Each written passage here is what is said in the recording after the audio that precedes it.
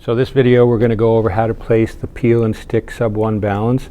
The Peel-and-Stick Sub-1 Balance is used to treat primarily sesamoid injuries.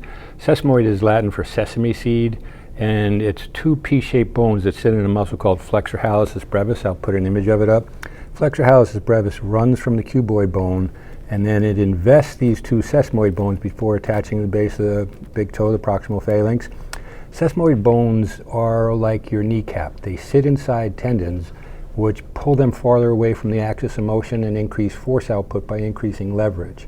They increase force output significantly, but the downside is because they're on the bottom of the foot, they're exposed to trauma while you're walking. Typical people with neutral foot types aren't prone to sesamoid injuries, but a lot of people with cavalivarus or high arched feet have what's called a plantarflexed first metatarsal, and that's a condition where the first metatarsal is lower than the others. And when they bear weight, I'll put up an image that shows how force is transmitted during static stance. Most people have a center of pressure where force is right in the center of the forefoot. You can see that in that one illustration now. But people with cavalivarus feet, it's like a tripod. They put a ton of pressure on the medial or tibial sesamoid and on the fifth metatarsal head, but hardly anything here. As a result, they contuse this bone, and in the process it can create chronic pain, even erosion of where it articulates with the first metatarsal head. To offload this bone, one of the easiest things to do is to add a Sub-1 balance to your to the bottom of your insole. To do that, the typical person, these are a new pair of insoles so you can't see it, but if you have a plantarflexed first metatarsal or a cavalivarus foot, you'll see wear patterns here and here similar to the diagram that was put up.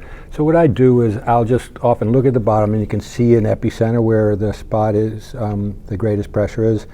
And then all you need to do with this balance is place it so the balance supports the second through fifth metatarsal heads and offloads the sesamoid. Really easy to do. All you do is take off the back, and before I do it, just to make sure placement is perfect, I will place it where I want it. So this is supporting the second metatarsal head here. And then I'll just take a quick outline of it like that. And you don't have to do the entire outline, just areas that you'll be using as a reference. And now this insole comes up on the side, so it seems like it's a little bit more in the center. But when you remove this, you're going to place it directly, as in that outline, directly like that.